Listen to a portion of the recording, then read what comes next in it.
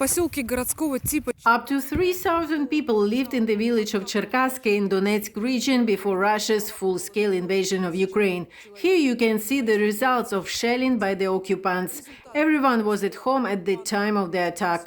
Где вы были в этот момент? Where were you at that moment? What happened? What time did it happen? Take a look at this. This is the clock that was stopped at the moment when everything was knocked out by the blast wave. It was still quiet in the morning, says Nina, a resident of the destroyed residential building. The pensioner was in the kitchen cooking breakfast. This fridge saved me. My husband was standing in the other corner of the kitchen. At the moment of the blast wave, I leaned down. I couldn't understand what happened. Flower pots fell on my head. Everything went dark.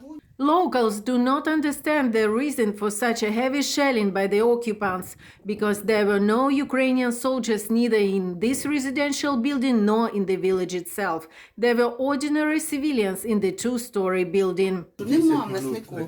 They are definitely not here. I do not know. Perhaps they are elsewhere.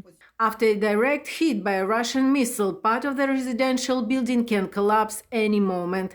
The epicenter of the attack was the apartment of Serhiy. It turned into ruins immediately. I worked 42 years to get that 4-room apartment. They didn't even let me live here. The man says nothing has been left of his belongings and the renovation he made with his own hands. But the worst is that his wife was injured.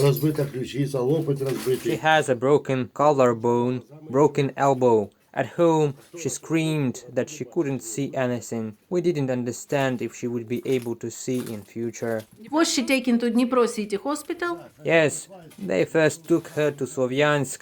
Then they said they were taking her to Dnipro. 8 people got shrapnel wounds. All of them were in the apartment at the time of the attack.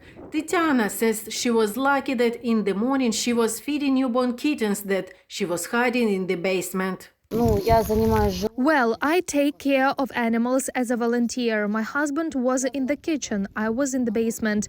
We have an apartment in that entrance. Being in the shelter, Tatiana heard only a bang, so she wasn't frightened. However, for the second day, she cannot hold back her tears. She says many pets died under debris. Really, I can't. Okay. The village hospital and the culture house were left with their windows blown out that day. The residents of the damaged residential building continue to remove the consequences of the shelling themselves, but they are sure that the government will help. Thank God we are alive, and all the rest will gain somehow. Children will calm us down and help. The Ukrainian state will help. They will help for sure.